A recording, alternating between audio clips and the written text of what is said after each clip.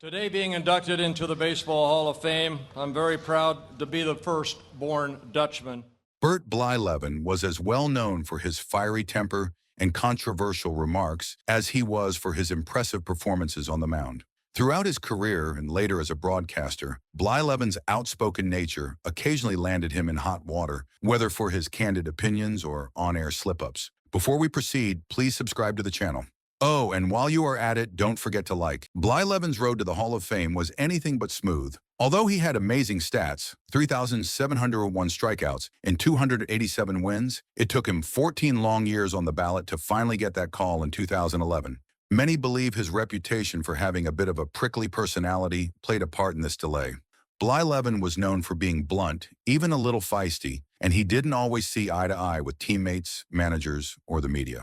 Sometimes this attitude rubbed people the wrong way, and that might have worked against him in the Hall of Fame voting early on. Aside from his personality, there were also debates about his career numbers. Yes, his strikeouts were impressive, and he pitched more complete games than many pitchers could dream of, but he also had 250 losses. Some critics saw that as a downside, suggesting he didn't bring enough big game success to the table.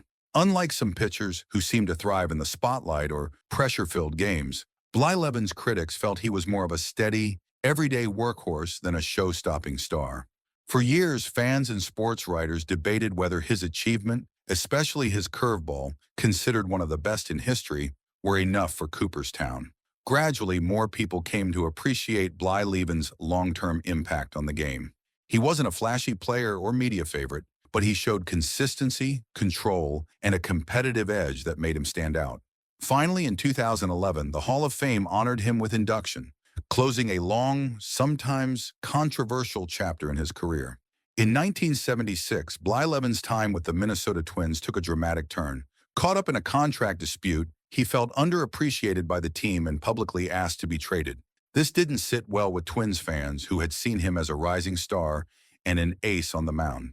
Instead of cheering him on as usual, some fans began booing him during games, and especially during what turned out to be his final start with the team before he was traded to the Texas Rangers. Blyleven, known for his strong personality, didn't just ignore the boos. At one point, frustrated and maybe even a bit hurt by the reaction, he made a gesture toward the stands that some interpreted as obscene. Whether he intended it as an insult or just a heat-of-the-moment frustration, it added fuel to the fire and strained his relationship with the fans even more. For many of them, it was a tough pill to swallow, watching one of their best pitchers seemingly turn against them.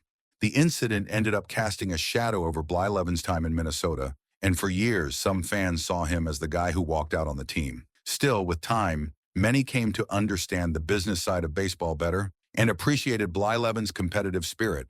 When he eventually returned to the Twins later in his career, he worked to repair those old wounds. Blyleven's story began at Santiago High School, where he was a standout on the baseball team. To strengthen his stamina, he also ran cross-country, which helped him develop the leg power he'd need for pitching long into games. In 1969, the Minnesota Twins drafted him out of high school in the third round, recognizing his potential. After just 21 starts in the minor leagues, Blyleven got called up to the majors at only 19 years old, making his debut on June 2, 1970. His sharp curveball quickly got people talking, and he went on to win 10 games in his rookie season, earning him the Sporting News Rookie Pitcher of the Year award. In 1973, he led the American League in shutouts, with 9 that season, showcasing the talent that would eventually make him one of the game's greats. Yet Blyleven's early career with the Twins wasn't always smooth.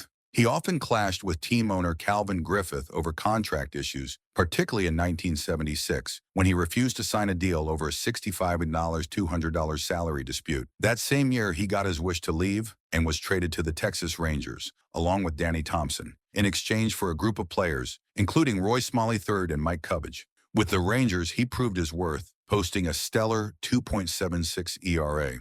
On September 22, 1977, just after recovering from a groin injury, Blyleven threw a no-hitter against the California Angels, winning 6-0 in what became his final start for Texas.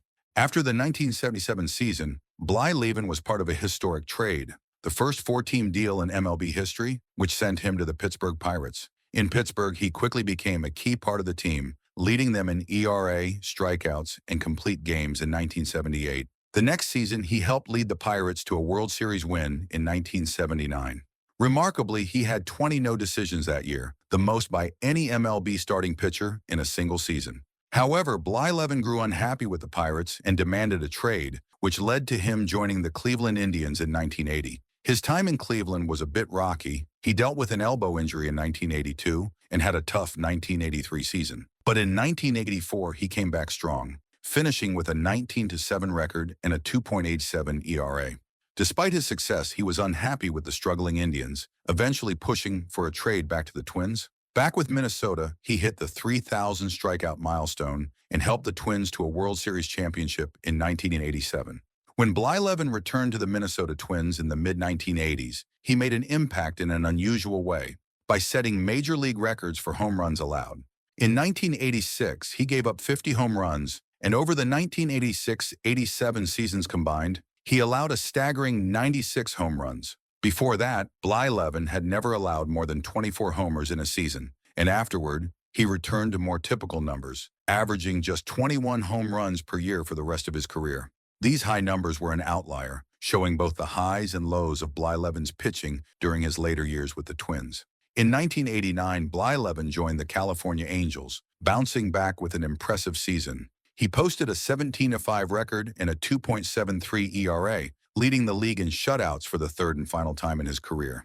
Unfortunately, Blyleven's momentum was interrupted in 1991 when he needed rotator cuff surgery, causing him to miss the entire season. He returned in 1992, but the season didn't go as hoped. He struggled with an 8-12 record and a 4.74 ERA, deciding to retire after that season. He finished with a 287-250 career record, 3,007 home run strikeouts, and a 3.31 ERA. Only 16 pitchers in MLB history have passed the 3,000 strikeout mark, making this a major accomplishment for Blyleven. Even after officially retiring, he couldn't quite stay away from the game. He briefly tried out for the Twins again in 1993, though he didn't make the team.